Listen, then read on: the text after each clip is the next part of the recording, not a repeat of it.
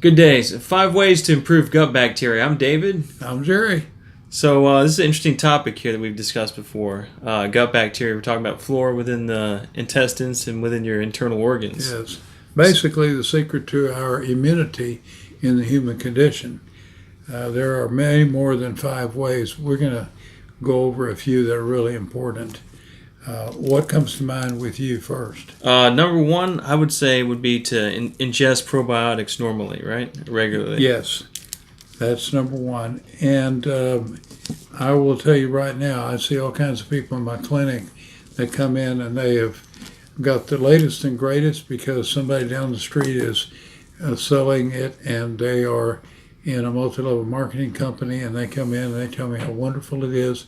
You should see how beautiful these boxes are and how great the labels are. Oh, the product? Not so much. You look at it and, it has 4 billion units. No, you need 80 to 100 billion units. Well, what did you pay for that? Well, I only paid $85. Well, you can get 100 billion, and it has more than 7 strains. This one lady was showing a product that cost over $100. And a lot of times you can get something that's 80 to 100 billion that has up to 34 strains of bacteria. That's one of the best ways to get started on that. And I can tell you now that there is a second point, and that is, how do you improve gut bacteria? You don't destroy it, okay? That's number one. About how to improve by not destroying it. So how would you destroy it? Well, the worst thing you can do to gut bacteria now is ingest corn, because corn, it appears that most corn in the United States is now some form of GMO. And why is that a big deal? Because a few years ago, plant engineers, plant geneticists learned to take a snippet of a fungal material, genome from that, and inserted in the corn genome, which made the corn produce some toxins which kept insects from eating it. It's a wonderful idea. The problem is it makes people and animals sick. And the worst part about it is that your toxins that are created in that kind of situation are not destroyed by heating process or making into corn chips, or even eating it fresh. Even if it's organic and you're going to eat corn on the cob, you're still going to get the poisons. So what's the problem with that? Well, we're trying to improve the gut bacteria. That's going to destroy your gut bacteria. So you're down for the count for about 6 months of really having done a number on your gut bacteria, and now when you go to the bathroom, you're producing rabbit pellets, and you can't figure out why you have pain in your gut. And you start taking all kinds of laxatives and various things, and still nothing works very well. And you're still enjoying your nachos, your various dips or whatever, yet you're clueless about what's actually happening. So that's why we're trying to get you educated. What's another thing you could do? Stay away from processed foods. Processed is, the truth of the matter is, there is a lot of material in processed foods that we have no idea what it's going to do to our biome in the gut. There's all kinds of chemicals that we don't know anything about, and most of them are not familiar to the bacteria in the gut. So the gut bacteria is reeling, trying to figure out what do we do with these chemicals.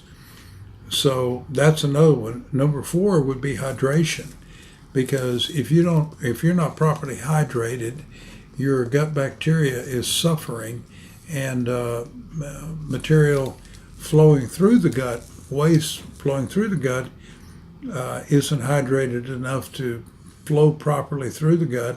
The bacteria is suffering. Bacteria is literally thirsty and can't get enough hydration. The walls of the gut tend to dry a little bit, and that's really formula for disaster when it comes to leaky gut or diverticulitis and the little curves of your bowel, and that's a problem. Any other ideas that would be significant?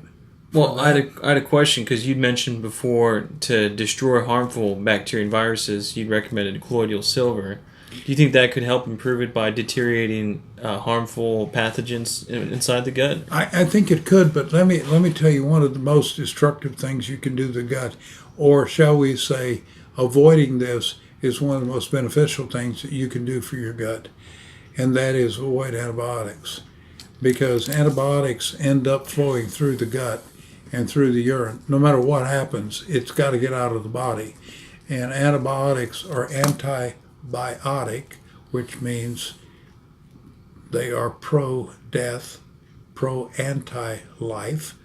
And so therefore, a lot of times when you take a long regimen of antibiotics, you don't have any gut bacteria left.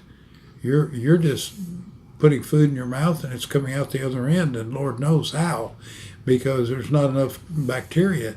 Now, a good bowel, about 80% of what you produce in the bathroom, about 80 to 90% of the volume of what you produce is dead bacteria, which is a really wonderful thing because that's added to the volume and the health of moving waste material through the gut.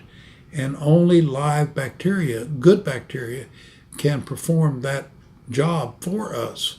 If we had no bacteria in our gut, we would soon die because, one, we wouldn't get very much nutrition out of our food, and second is our bowel would be literally torn up because there's no material to help it move along. So you can avoid bacteria, or rather antibiotics. You can hydrate yourself better. You can stay away from processed foods, because a lot of processed foods don't have any kind of fibrous content. Corn. And you want to stay away from corn specifically because it's literally could very well be toxic. And you want to benefit the bacteria, you want to ingest 80 to 100 billion units and at least 30 to 34 strains of bacteria. And this is a kind of probiotic that's in a refrigerator. Anything else that's in a bottle sitting on a shelf for 2 or 3 years, it might work, it might wake up again, but a good portion of that is dead and it'll never wake up. Interesting. So primarily the gut has a lot of the immunity. Do you think there's a correlation between gut health and other bodily function health, for example, like your lungs or your heart? Of course, absolutely. I think there's also a correlation between the kind of sleep you get when you go to bed. Is your bowel going to function properly? You want your bowel to function properly? Pay attention to your circadian rhythms. Pay attention to the cycles that your body normally wants to go through, because if you eat very, very late, your body is going to want to spend time processing and digesting food instead of sleeping. And one of the things that's generated in the bowel is waste as your food, toxins as your food is digested. And if you're not spending time during sleep taking out the garbage, basically using your lymphatic system and removing all of this trash, and you spend a good portion of your time digesting food, the body isn't finished by the time you wake up, and let's say you're sleep starved. So now you kept some of those toxins in your system, and let's say you're sleep starved until the weekend, and then you try to sleep in and make up for it. Well, the body's already spread those toxins all the way out, all around the body, and I suspect that people with fibromyalgia and various other kinds of problems are really suffering from the accumulation of lactic acids and various other material that is really needs to be taken out and removed from the body. And through various habits or various situations people find themselves in, they can't get get everything done that they're supposed to do, and basically your gut suffers. So when your gut suffers, you suffer. And there's one little thing you need to know. We've said this before, and I can't help but say it again. When you have an active, good flora in your gut, you have more bacteria by count in your gut than you have living cells in your body. These guys are working hard for us. We need to take care of them. Absolutely. Makes sense. Well, thank you for that. Until next time, this is Gerry. And David. And we try to bring you these videos every single day. We work hard to answer those questions. These are questions that you have asked. You ask us these questions by email or comments, and we try to address those as best we can. And we are humbled by some of the wonderful comments that you have given us on our feedback on our YouTube channel, Challenge Life Better. And if you like what we're doing, give us a like. Better yet, subscribe. We have a lot of stuff coming out and hundreds of videos. So we might be able to answer some question that you have. And until next time, be well. Be well.